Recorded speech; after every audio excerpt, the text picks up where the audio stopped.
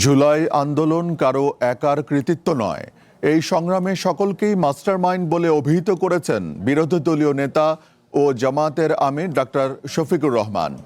দুপুরে রাজধানীতে জুলাই বিপ্লব ২০২৪ মোড়ক উন্মোচন অনুষ্ঠানে তিনি আরও বলেন, জুলাই হত্যাকাণ্ডের বিচার কাজ স্থবির হয়ে পড়েছে। বিগত সরকারের সময় বিচারের কাজে যে গতি ছিল তাও এই সরকারের আমলে দৃশ্যমান নেই।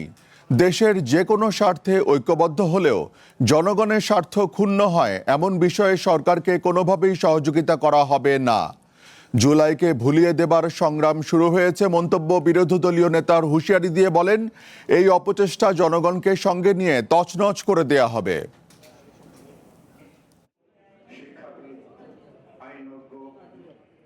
এ পর্যন্ত আমরা দাবি করি নাই এই আন্দোলনে আমাদের এই অবদান ছিল, ওই অবদান ছিল, ওই অবদান ছিল।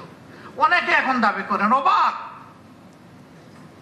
তরে তরে সারি সারি লাশ, আর আহতরা যখন হাসপাতালে একজনের পর একজন গিয়ে ঢুকেছে, তাদের খবর নেওয়ার মতো কাউকে খুঁজে পাওয়া যায়নি। তাইলে কি জুলাইকে ভুলিয়ে দেওয়ার একটা নিরন্তর উল্টা সংগ্রাম শুরু হয়েছে? যদি সেরকম কোনো সংগ্রাম হয়ে থাকে, আমরা মহান আল্লাহর উপর ভরসা করে বলছি, দেশবাসীকে সাথে নিয়ে এই সমস্ত কিছু ইনশাআল্লাহ তছনছ করে দেওয়া হবে।